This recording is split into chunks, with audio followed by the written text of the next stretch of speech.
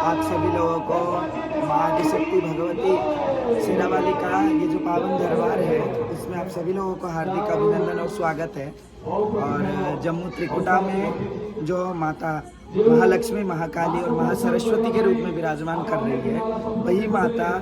हमारे उत्कल के जगन्नाथ महाप्रभु के राज्य में विराजमान कर रही है। आज वो पावन दिन था जिस दिन की इस पवित्र भव्य गुफा के अंदर माँ शेरावाली अपना दरबार बनाया और आज से लेकर अनेक समय तक यहाँ पे रहकर भक्तों का समस्त प्रकार का दुख को हरण करेंगी। और माँ शेरावाली का यहाँ पे एक भक्त को सपनादेश हुआ और उस सपनादेश के चलते यहाँ पे मंदिर बनाया गया और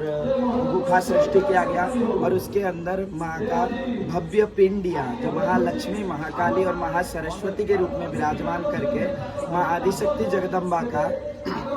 स्थापन किया गया। और बाहर में जिस प्रकार से बहुत सारे मूर्तियाँ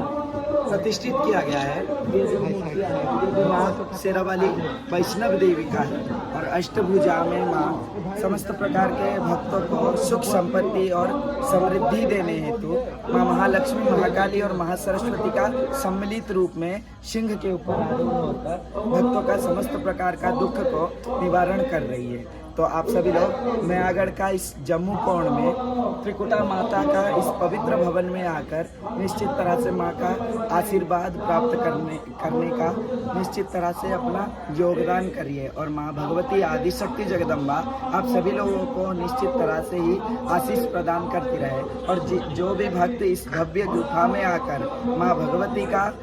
त्रिरूप में दर्शन करेगा, उस दर्शन के फल के स्वरूप में निश्चित तरह से ही सब सारे प्रकार का दुख और तकलीफ और कष्ट से निवारित होगा। और निश्चित तरह से ही जो भी भक्त जम्मू का त्रिकुट पर्वत में ना जा पा रहे हैं, वो भक्तों के लिए ये दरबार एक